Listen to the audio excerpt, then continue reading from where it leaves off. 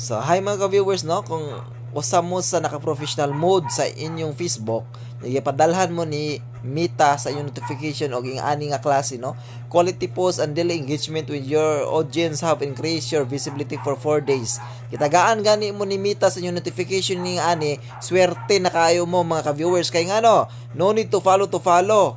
Ikaduha, no need to promote your account or your page, no? Basta matagaan lang gani mo gingani sa inyong notification sa inyong account or sa inyong page, swerte na kayo mo tagaan mo invitation ni Meta, no? So, but pasabot nakita ni Meta ang inyong continuous nga pag-upload, no? Pag-upload paggamit sa Facebook. So, no need to follow. So, padayon lang. Continue lang jud tag-upload to upload, no? Sa reels, sa stories, sa post nga videos. Bahalag bati, importante makita ni Meta nga updated mo nga sige mo gamit sa Facebook, sa Meta, sige mo open sa imong account, no?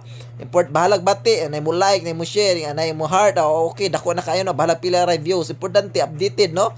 Swerte na kayo mo basag padadaan mo ging ani. Muna ibot pasabot niya. Quality post and daily engagement with your audience have increased your visibility for 4 days. Muna ibot pasabot mga ka-viewers, no? Swerte na kayo mo. Maura to mga ka-viewers, no? Sige, bye sa mga baguhan diya, follow and bye. Good luck.